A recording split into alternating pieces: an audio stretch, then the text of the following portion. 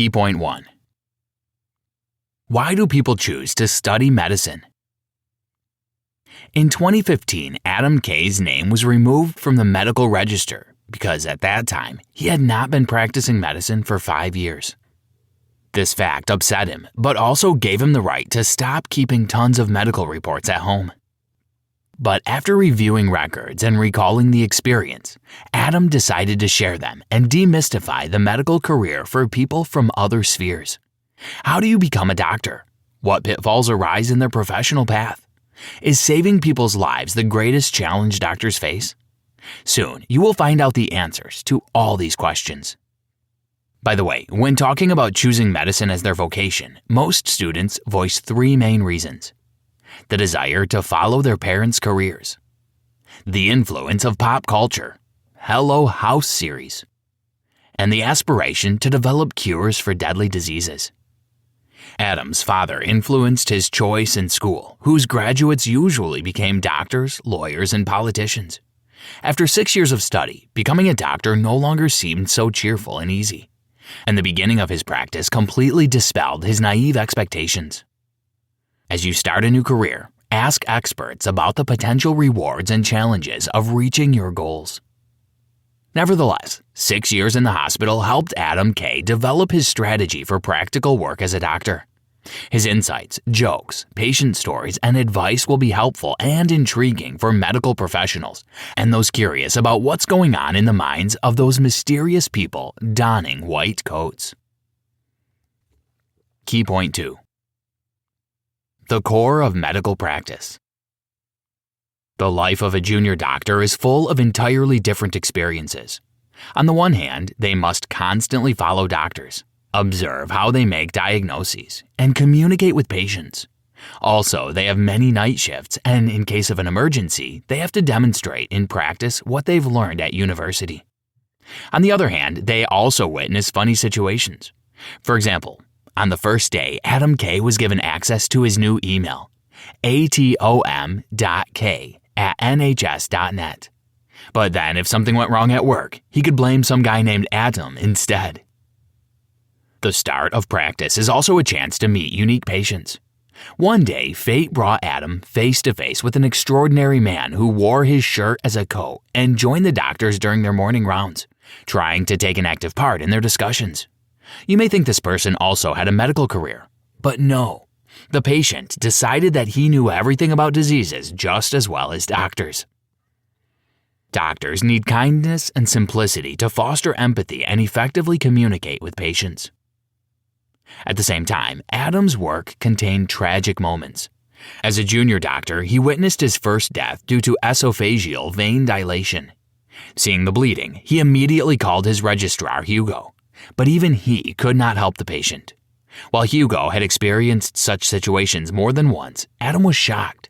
That day, he smoked for the first time. These situations are the aspects of a doctor's job often overlooked by society. Death becomes a regular part of their routine. Can they get used to the people around them dying more often than in everyday life outside the hospital? Do they ever stop blaming themselves for not doing enough to save patients? No one will give an unequivocal answer to these questions.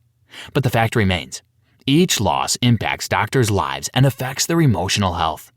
And after such stress, it is hard to take a day off and then return to work as if nothing had happened. Key point 3. A medical specialization provides the necessary career focus. After a year at the hospital, Adam Kay became a senior house officer. Did hospital management begin to demand more from him? Rather yes than no. Did he earn more? Rather no than yes. Also, the time to choose a specialization was approaching. After weighing all the advantages and disadvantages of different directions, Adam focused on obstetrics and gynecology. Thus, he jokingly considered himself the complete antithesis of geriatricians. They deal with ailments of older adults while he increases the population. For 3 months, Adam was present at 15 cesarean section operations and observed the work of surgeons. Colleagues have offered him the opportunity to operate, but he only agreed when he was utterly confident in his knowledge. No matter how focused he was on the process, the realization that he was working with a real person and helping a new life be born surpassed anything else. Through his work in the department, he also got to know neonatologists, who study the development and diseases of babies. Thanks to their meticulous attention to the first weeks and months of infants' lives, doctors know how to help those born during the early weeks of pregnancy. And so, over the past 50 years, the mortality rate of premature babies has dropped from 90% to less than 10%. Regular checkups allow you to keep track of your well-being and help doctors understand the population's general health. That year, Adam managed to save a human life. It happened in a rather unusual way. During the night shift, he opened Facebook for a second and stumbled upon a friend's post that looked much like a death note. After a 2-hour conversation, Adam ensured that the young man would go to the hospital the following morning. Since then, the junior doctor has stopped complaining about having to work when everyone else is sleeping. Did you know? One day after his shift, Adam fell asleep in his car in the hospital parking lot. When he woke up, he realized that his next shift would start soon and inadvertently saved time getting ready. Key point 4. Difficulties allow doctors to test their values. After a year as a senior house officer, Adam K. sought to diversify his experience and transferred to another hospital. The working conditions were more challenging, with fewer tools and less technology access than at the previous location. But Adam knew one thing for sure. He liked his chosen path and would continue to practice as an obstetrician and gynecologist. For him, the most important things were the reproductive health of his patients and safe childbirth. Doctors can brighten hospital holidays with gifts. For instance, the on-call doctor might play Santa and distribute Pantone at Christmas. During his second year of practice, Adam began preparing for an exam that would allow him to become a member of the Royal College of Obstetricians and Gynecologists. Driven by his experience and confidence in his knowledge, he focused on 2 textbooks. Unfortunately, the textbooks quickly disappointed the junior doctor. The first textbook consisted of terms he and his colleagues had never used during their practice, and another, as if mockingly, assured readers that they would only need a few hours a day for 6 months to prepare for the exam. Guess how much time Adam had? 4 months. And of course, even imagining extra hours in the day was also impossible. Yet, in every challenging situation, he found support from his partner, affectionately referred to as H. Imagine this remarkable individual who willingly tolerated the fact that Adam worked round the clock, couldn't pick up a birthday gift from the post office, and asked to move each year because of a work transfer. Do you agree that H deserves not only an honorary diploma, but also a medal for their sincere and unwavering support? That year gave him another valuable acquaintance with an 80-year-old Polish woman. Without any hints, she immediately recognized that previous generations of Adam's family came from Poland. The woman inspired him with her cheerfulness and openness. She introduced him to all her visiting relatives and always had stories from her life ready to amuse Adam when he asked how she was doing. Key point 5. A time when doctors can finally breathe easy. The third year brought Adam K. 2 important realizations.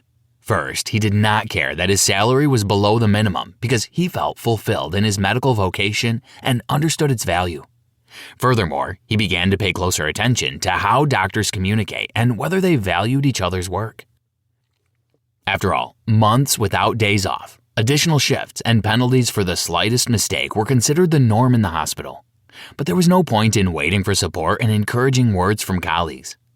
Would house officers feel better if they changed their work ethic? The only way to verify this was to practice vocal support. I've kept every single card a patient has given me.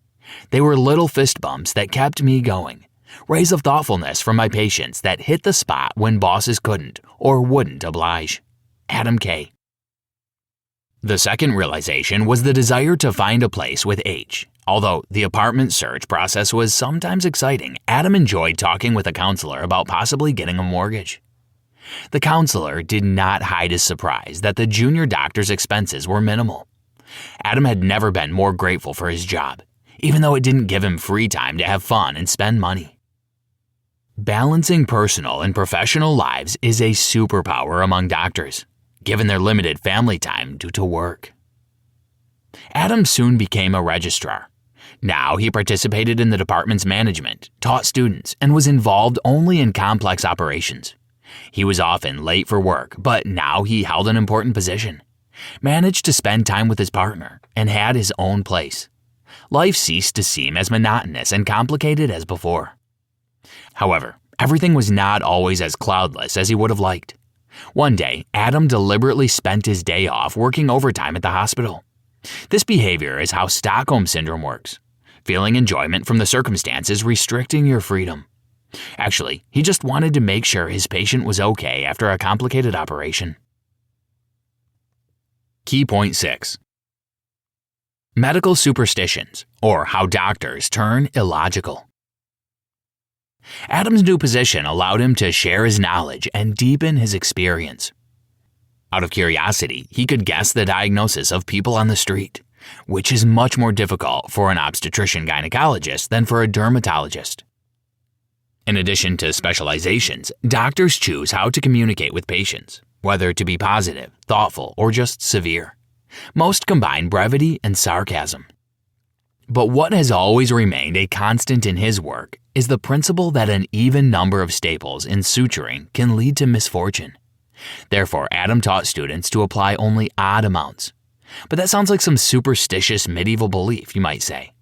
Well, this knowledge was passed down to Adam from trusted professors, and he saw nothing wrong with just following it. The same applies to good luck wishes before the night shift. In the hospital, anyone uttering those words is instantly met with curses. Why? Because without fail, the apocalypse would unfold the very next second. A patient with a foreign object in the anus could come for an urgent examination. 8 women went into labor simultaneously, and 3 doctors needed help. Fed up with such coincidences, Adam even refused to operate if Kiss songs were playing on the radio, especially those dealing with death, hell, and other dramas. Although AC/DC's songs would hardly satisfy him either. Also, he and his colleagues had a tradition of keeping a list of the strangest names for newborns. Their top included Satan, Sayton, which sounds like Satan, and Lasagna, and Princess Michael. Of course, those years were filled not only with various prejudices and hospital entertainment. Adam also gained work experience in a private clinic. But the number of unreasonable expenses, the need for patients to solve problems with insurance, and additional responsibility did not inspire him to switch to the private institution, no matter how many stories he heard about mountains of gold. Therefore, he recalled the memories of their jokes with a greater desire than his acquaintance within the field of private medicine. Did you know? Once, a patient unreasonably sued Adam Kay, accusing him of unprofessionalism and harming people. Upset by the lawsuit, Adam briefly considered countersuing because her claims distracted him from his direct duties. Key point 7. The greatest achievement can be the beginning of the end. Having received an offer to become a senior registrar, Adam changed his place of work again. Now his pager called him out much less often, although, as always, the responsibility increased. Among his new duties, he explored conception techniques in cases of infertility. But luckily, the old familiar traditions also remained. His friends called him, sent text messages, and even sent photos to ask him for advice about their diagnoses and health problems. One day, a student approached him with the same request after a lecture. Amazed by his courage, or perhaps insolence, Adam examined the man's genitals and discovered he was somehow trying to stop a working fan with his penis. Of course, you can try to guess who won that contest. But what was unequivocally clear, the student had to be stitched up and banned from reading stories about Don Quixote, who competed with windmills. Career promotion in medicine does not mean that the doctor will face less absurd cases with patients. The field of medicine has its own wheel of life. If you've put in that much effort to get into college, you should graduate. When 6 years are behind you, it's time to start practicing. For junior doctors, the position of senior house officer is the fulfillment of all dreams. The officers, in turn, desire the registrar's role. Does the registrar consider himself the happiest? Of course not, because they see the opportunity to become a consultant as early retirement and a chance to finally enjoy life. Not everyone manages to navigate this path successfully, and many doctors may be surprised when one of their colleagues decides to leave medicine. But this was Adam Kay's decision after a challenging delivery in which the child died and the mother lost a lot of blood. Of course, he did everything in his power, and it was not his fault. But Adam knew he could not go through this again. I don't miss the doctor's version of a bad day, but I do miss the good days. I miss my colleagues, and I miss helping people. I miss that feeling on the drive home that you've done something worthwhile. Adam Kay. Conclusion. Adam Kay worked at the hospital for several more months. He hoped that he would not leave medicine if he engaged in academic science and writing medical articles instead of practice. But it didn't help. Now Adam felt like a completely different person. He struggled to express emotions and communicate with patients and colleagues. After leaving the hospital, he found himself writing scripts for television programs. He noticed that his usual sense of humor and zest for life was slowly returning to him. Now, his experience as a doctor allowed him to create stories that would entertain and educate audiences. Although he has finished his practice, he will always draw people's attention to the fact that doctors constantly feel great responsibility and pressure.